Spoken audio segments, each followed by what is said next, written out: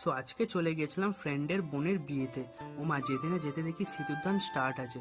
So এইসব scene কেউ কখনো মিস করে না। তা আর হ্যাঁ, এদের দুজনকে কেমন লাগছে তোমরা কমেন্ট বক্সে কিন্তু নিশ্চয়ই জানাবে। আর ওখান থেকে চলে গেছিলাম মেন সেকশনে। ওখানে যেতে না যেতে নিয়ে নিয়েছিলাম নান, আর তার সাথে ছিল চানা মশলা। আর এইটা খেতে না খেতেই চলে আসলো প্লেন রাইস।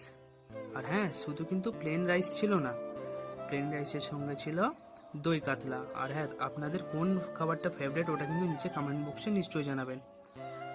সো এইটা শেষ করতেই চলে আসলো রাইস, আর তার সাথে ছিল চিকেন কষা। আমি আবার দাদাকে বলেছিলাম, দাদা আপনি কিন্তু হাড়ের পিস দেবেন, আমার কিন্তু অন্য কোনো পিস চলে না। আর উনিকে দেখো, উনি নিয়ে নিয়েছিল লেগ পিস। আর এটা শেষ করতেই চলে আসলো চাটনি।